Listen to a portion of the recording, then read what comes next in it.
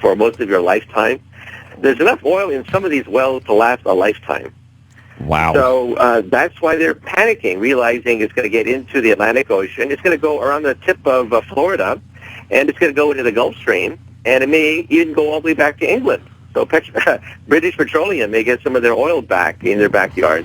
Oh, shit. British Petroleum. I forgot that is British. That's right. So what do you... British Petroleum is that get some of their oil back. And what is this going to do to the Gulf in the end? Well, hopefully it won't create dead zones. The worst-case scenario, the thing leaks for months and years and creates dead zones where no life can exist in the Gulf. Already they've partitioned about a third of the federal area. It's off limits to fishing, a third of it. Wow. So we're talking about large portions of the Gulf becoming a permanent dead zone unless they can cap this thing this week. And, the relief well in August, yeah. We have problems there with the relief well. The relief well, by the way, is the gold standard. That's the gold standard for stopping an oil leak. The problem is it never works in the first try. Never. Really? Now, winning the lottery. You're drilling a hole that's like 2 miles long, and you want to hit something the size of a dinner plate. Shit. At 2 miles. Wow. They're not going to do it. Well, where does this rank? Where does this disaster rank on disasters? Is this one of the worst of all times, or? No. There have been other ones that were actually bigger. However, the economic damage, the property damage, this could rank perhaps number one in terms of the ultimate property damage and lawsuits that it generates. But there have been other oil slicks and oil leaks that were actually bigger, but not in such sensitive areas that are laden with property, with fishing industry. Yeah, the Gulf is very important to the United States, of course, yes. Strategically important for the whole country and also, of course, for the whole economy of the South.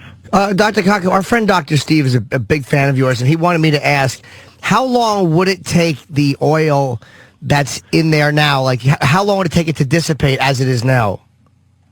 Oh, that's hard to say because we don't even know how much is down there. There's an argument among engineers as to how much oil there is. We've seen plumes of oil 22 miles long. 22 miles long in the Gulf. Wow. And so we're kind of clueless as to actually how much came out. Now, BP uses satellites to calculate how much oil there is. But that only looks at the top. And like I said, the oil's large amounts of it are emulsified, so it doesn't rise to the surface. Oh, right, so submarines that have gone down have seen these plumes, one plume 22 miles long, and we now realize it could be five times more oil underwater than we see on satellite. Unbelievable. How do you clean all this up in the end? Well, like I said, I would have called out the Navy. Right. We have basically the National Guard being called out, and we have volunteers that are working themselves to a frazzle. These are like heroic volunteers working 24/7. I say we should declare war on this thing and dump the military and get all sorts of military expertise.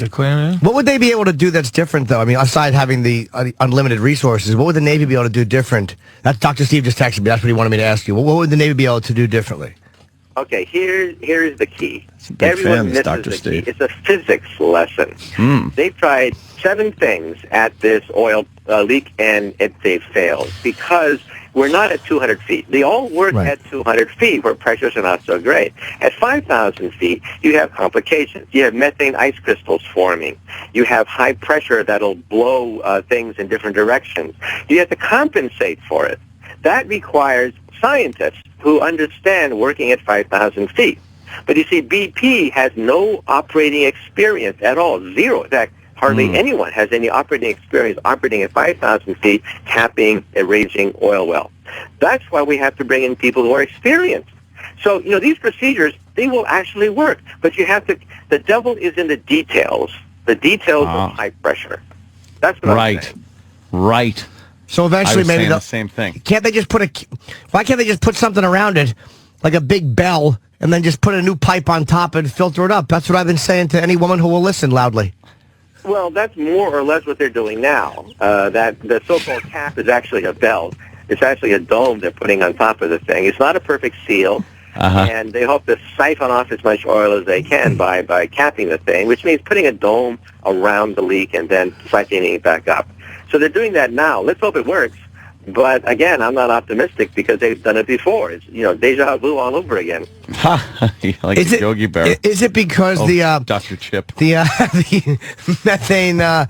methane freezes at that hour at that altitude, and that's at that depth? That's where the problem was. I said hour and altitude first. Why do we even have this problem? We have this problem again because they're not experienced at working at 5,000 feet. At that depth, methane gas that you find in your kitchen is a solid ice. And because it is so cold, this ice will actually go right up the tube, and as it turns into gas, shoot up like a rocket up the tube, up the pipeline, the riser pipeline. Can't they just have a split? Can't they have a split pipe? They maybe somehow filter at the bottom, maybe gas up one side and liquid up the other. No, it's all mixed. It's mixed. You saw the pictures, right? The bubbles in the picture.